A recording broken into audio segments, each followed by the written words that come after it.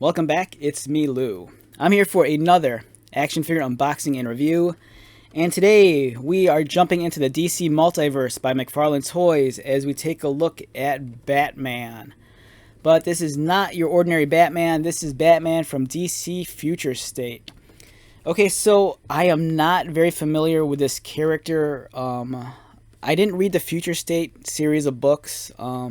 Future State came out, I think, by the tail end of the Joker War. And after the Joker War, I kind of bowed out of the Batman books. So I'm not 100% sure, how accurate this costume is. For those of you who are curious, the Future State version of Batman that we're looking at here is not Bruce Wayne. This is actually Timothy Fox, also known as Jace Fox, who's the son of Lucius Fox. Lucius Fox is one of Bruce Wayne's confidants, and Timothy is his son. And he's wearing the Batman outfit. He's taking up the mantle of Batman, and I don't know why. This is a figure I purchased at my local Walmart. I passed up on it the first few times I saw it, but then the more I saw it, it kind of grew on me. I passed up on I think it was the Rebirth Batman. That one looked cool, but I didn't like the costume all that much, and the purple on the cape kind of bothered me.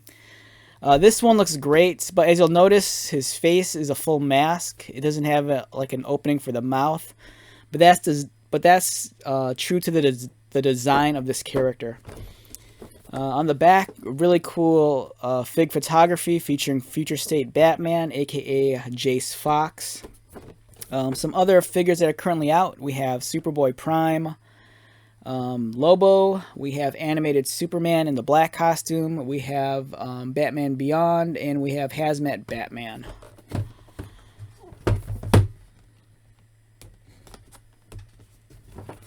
Alright, so let's get out Future State Batman and get started. I say this all the time, and it's pretty much the truth, but the whole McFarlane line of the DC Multiverse, it seems like it's really built around Batman. And, I've gotten so many Batman figures. They've given us so many different versions of Batman, so many different costumes. And if you already got the costume you really wanted, it makes it a lot harder to, jump on board with some of these other figures, especially if you're not a completionist. Like, for me, there's been some Batmans where I just really love the design, and that was pretty much, the end game for me. It's like, this is the last Batman figure I need. Or at least that's what I always tell myself, but, every now and then there's a costume that comes out that's pretty unique. For example, the Dark Detective Batman, that's a wonderful action figure. But I think for the most part, if you're really about the iconic look of Batman, you might easily pass on something like this. But if it maintains the standard that's set by McFarlane, in terms of the engineering and the quality of the sculpting and paint application, this is always going to be a standout and premium line of action figure. And this looks great. I love the proportions of the figure, which sounds kind of odd, but it's very heroically proportioned. It looks very dynamic. The costume is very simplified in its design. You're not going to see a whole lot of embellishments here like on some other Batman costumes. You're not going to see crazy armor pieces. For this, it's very minimum, but at the same time, the detailing that's there is very subtle. For example, if you look at his legs, it looks like it's just kind of like standard padding over his thighs. But upon closer examination, you kind of see a faint ribbed texture over it. So it does have a micro texture. The shoulders, there's some sign of battle damage and scratches and wear. And it has subtle folds in the clothing. So the attention to detail is there. It's just that the level of detail might not be as high as some of the other action figures that we've gotten in the past. It comes with one gold batarang and an extra pair of hands, and these are closed fists. This guy here comes with trigger fingers, as you can see, which is nice.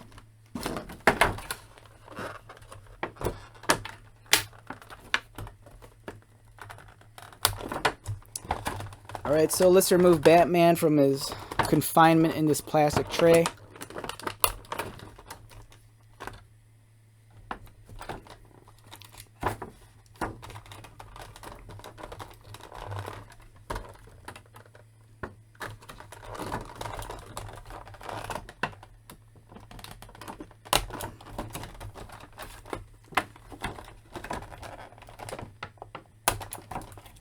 It kind of annoys me that for some McFarlane figures, they're just tied down by the waist to the tray, and then there's others where they're tied down with like every limb. It seems excessive.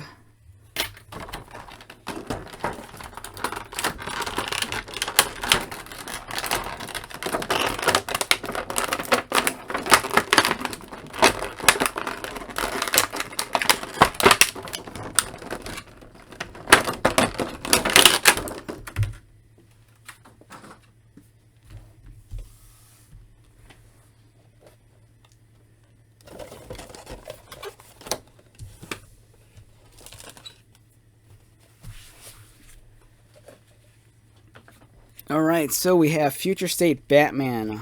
I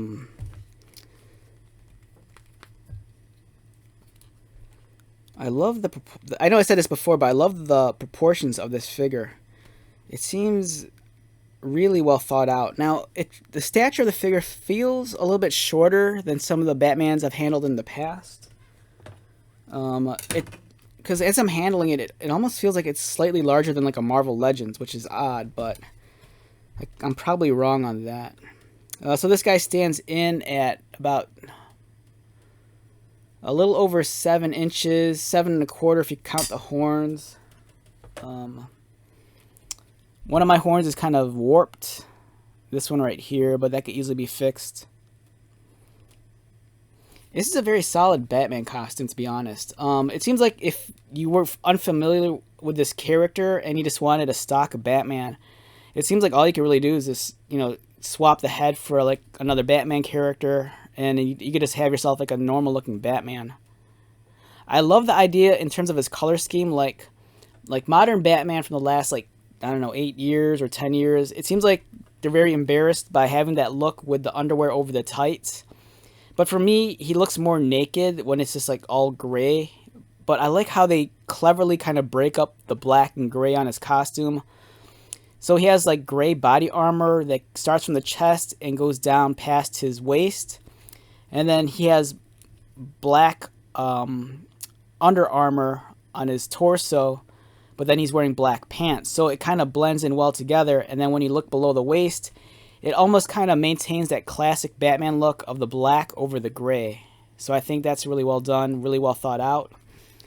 He has long boots, as you can see, that extend well past his knees. It's a very interesting look for the character. Immediately I noticed that they covered up the ball joint around the ankles with the boot. It has kind of like an excess flap right here. I like that a lot.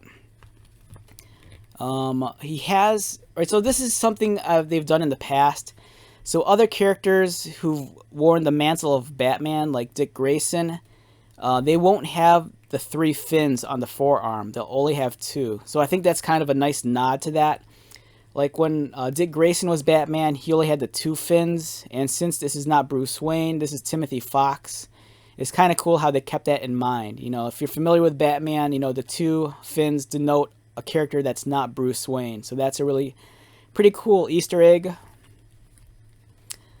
The chest emblem, as you can see, is a relieved detail. You can actually feel it on his chest. It's different in design. But yeah, the sculpting is well done. It's not excessive in terms of the embellishment, like I said. The cape, though, on the other hand, is crazy detailed. You can see all sorts of stitching. You can see where the seams are. It has a nice sheen to it. It's not too glossy. It's dynamically posed. Like I say all the time, I wish they'd just give us a cape that's just completely neutral. But this kind of looks like it's like subtly blowing in the wind. It's not too much, so I could kind of like deal with that. Nice utility belt, as you can see here. It's kind of looks like a nice amalgamation between like the comic design and the movie design. Articulation, this guy's head rotates. He looks down about that much, which is alright. Looks up about there. Arms rotate. The shoulder pad's a soft plastic that's glued to the top of the arm. And as you can see, mine got caught underneath the shoulder, so we just lift it out. His arms do not want to go up because of the shoulder pad seems to hit the top of the cape. He has a bicep swivel right there. Double jointed elbows with 2 pins. They're exposed. Articulated wrist. Again, much like the boots, they cover up that hideous ball joint with an excess of plastic that overlaps the top of the hand.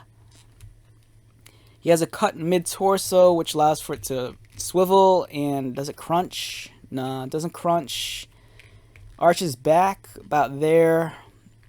Now he doesn't want to move forward. Waist swivel. He could kick his legs out about there. Kick out about that far. Exposed double jointed knees. You can see the 2 pins. Articulated ankle and articulated toes.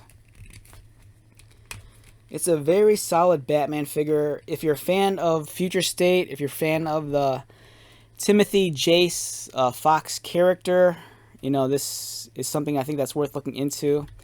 For the most part, you know, I could see a lot of people passing on this just because of the head.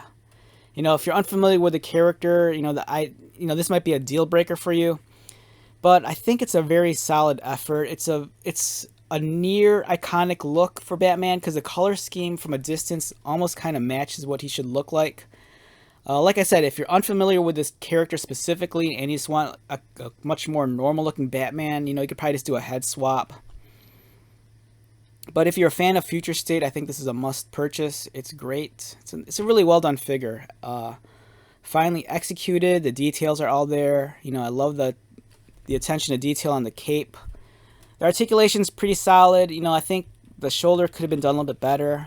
You know, it doesn't want to work, you know, completely like how I want it to work. But yeah, great figure overall.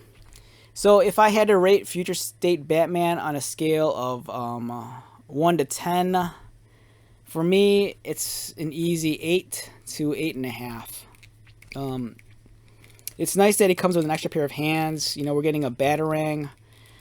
But, you know, it's like I said, for some people, if they're unfamiliar with this character, it might be an easy pass. You know, they might just see it as another variant on Batman and not realize it's actually supposed to be a different character altogether.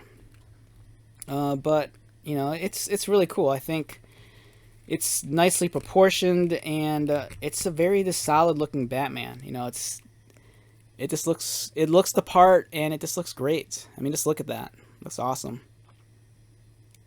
Alright, so let's wrap this video up. Once again, my name is Lou. If you are new to my channel, welcome. If you're a returning subscriber or viewer, thank you so much for your continued support.